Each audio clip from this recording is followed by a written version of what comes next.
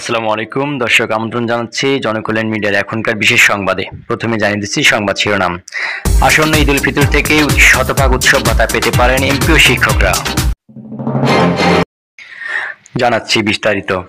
বেসরকারি এমপিওভুক্ত শিক্ষা প্রতিষ্ঠানের শিক্ষক কর্মচারীদের আসন্ন ঈদেই শতভাগ উৎসব ভাতা প্রদানের জন্য প্রধান উপদেষ্টার সঙ্গে আলোচনা করে দ্রুত ব্যবস্থা নেওয়ার কথা জানিয়েছেন প্রধান উপদেষ্টার বিশেষ সহকারী সাংবাদিক মনির হায়দার। এই সময় শিক্ষকদের চাকরি জাতীয়করণের বিষয়টি নিয়েও আলোচনা করা হয়।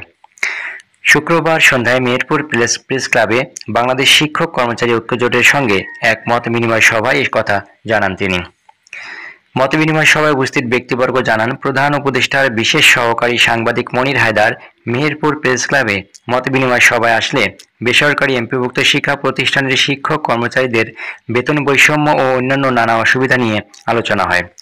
আসন্ন ঈদে তাদের শতভাগ উৎসব বোনাস, সরকারি নিয়মে বাড়ি ভাড়া, চিকিৎসা ভাতা বৃদ্ধি এবং অবসর ও কল্যাণ সুবিধা বোর্ড গঠন করে দ্রুত অবসরপ্রাপ্ত শিক্ষকদের সমস্যার অবসানের জন্য জোরালো আলোচনা হয়।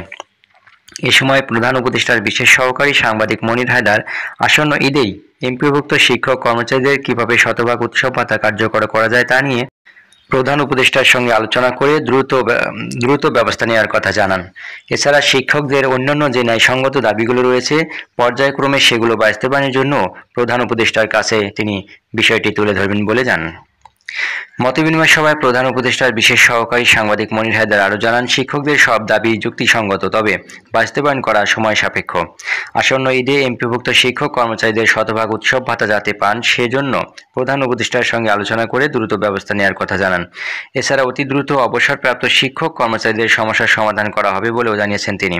শিক্ষকদের অন্যান্য দাবিগুলো কিভাবে বাস্তবায়ন করা যায় সেগুলোর বিষয়েও আলোচনা করবেন বলে জানান। এ সময় শিক্ষক কর্মচারী ঐক্যজোটের মেহেরপুর জেলার নেতৃবৃন্দ এবং বিএনপি নেতৃবৃন্দ উপস্থিত ছিলেন। দর্শক, এই ছিল জনকল্যাণ মিডিয়ার এখনকার বিশেষ সংবাদ। পরবর্তী সংবাদের আপডেট জানতে চ্যানেলটি সাবস্ক্রাইব করুন। ভিডিওটি ভালো লাগলে একটি লাইক দিন। এতক্ষণ সঙ্গে থাকার জন্য সবাইকে অশেষ ধন্যবাদ।